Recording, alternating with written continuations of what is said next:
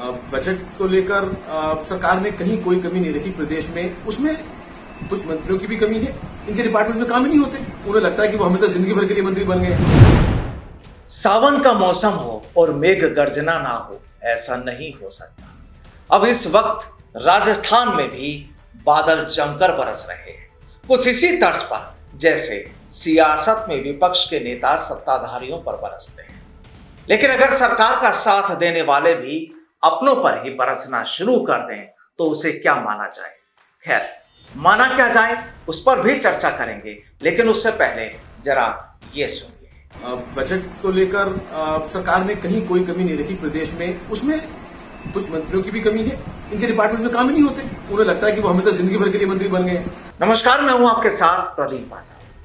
तो आपने सुना इन जनाब को, ये राजस्थान के विधायक हैं जनाब वाजिब अली साहब। अब यूं तो इस वक्त गहलोत सरकार के साथ हैं, लेकिन इन्होंने हाथी की सवारी छोड़ पंजे को मजबूत बनाने की सोची थी। सीधा मतलब ये कि जनाब बसपा से ताल्लुक रखते हैं और मंत्री राजेंद्र गुढ़ा के साथ ही हैं, जो अपने साथियों के साथ गहलोत के हाथ को मजबूत करने की कवायद में जुटे हैं। लेकिन लगता है जनाब इस वक्त गहलोत सरकार के मंत्रियों से नाखुश हैं। कहते हैं कि इनके काम नहीं हो पा रहे, मंत्री सुनते नहीं, कोई तवज्जो नहीं दी जाती, कार्यकर्ताओं को ही दरकिनार कर दिया जाता है, ट्रांसफर्स हो नहीं रहे, कोई एक परेशानी हो तो गिनाई जाए। अब हम आपको इनकी पूरी बात या यूं कहें पूरा दर्द, पूरी पीड़ा सुनाएंगे। लेकिन उससे पहले सवाल ये उठता है कि आखिर ये अचानक हुआ क्या। गहलोत सरकार का साथ देने वाले विधायक ही अपनी सरकार और अपने मंत्रियों से इतने खफा क्यों हैं? और फिर बात यह भी कि जब एक विधायक खुलकर अपनी बात करता है तो जरा अंदाजा लगाइए कि सूबे के आम लोगों की पीड़ाएं, उनका दर्द कैसा होगा। बहरहाल चर्चा होगी, पूरी बात होगी, लेकिन उससे पहले जनाब वाजिब अली साहब को भी सुनिए तो शायद पूरी कहानी समझ आ जाए। तो देखिए, इसमें कोई दो राय नहीं है कि मुख्यमंत्री जी की तरफ से बजट को लेकर सरकार ने कहीं कोई कमी नहीं रखी प्रदेश में। हर वर्ग को सहायता देने के लिए या हर वर्ग को लाभ देने के लिए। उसमें कुछ मंत्रियों की भी कमी है। मैं निश्चित तौर पर बात करना चाहता हूँ, बहुत सारे मंत्री चाहे बीडी कल्ला जी हो, इनके डिपार्टमेंट में काम ही नहीं होते। मैंने पहले भी कई बार शिकायत करी है।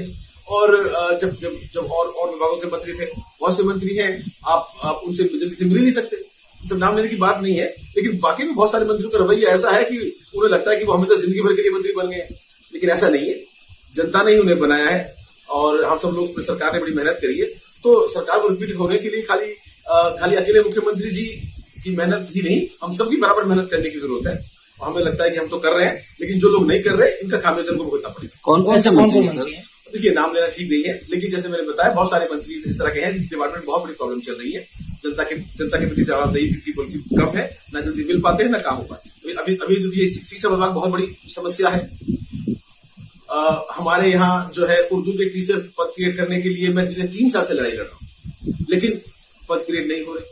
मुख्यमंत्री जी ने बजट में भी घोषणा करी कि जहां 10 बच्चे या 20 बच्चे पढ़ते हैं वहां उर्दू मिलेगी उनको, वो नहीं हो पा रहे।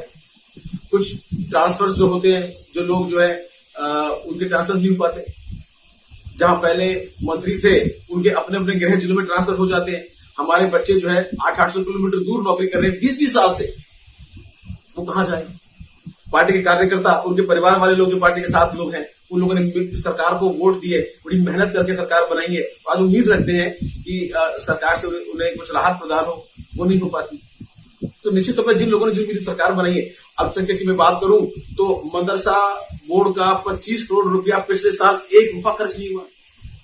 अल्पसंख्यक वर्ग ने 99% इस सरकार को वोट दिए हैं।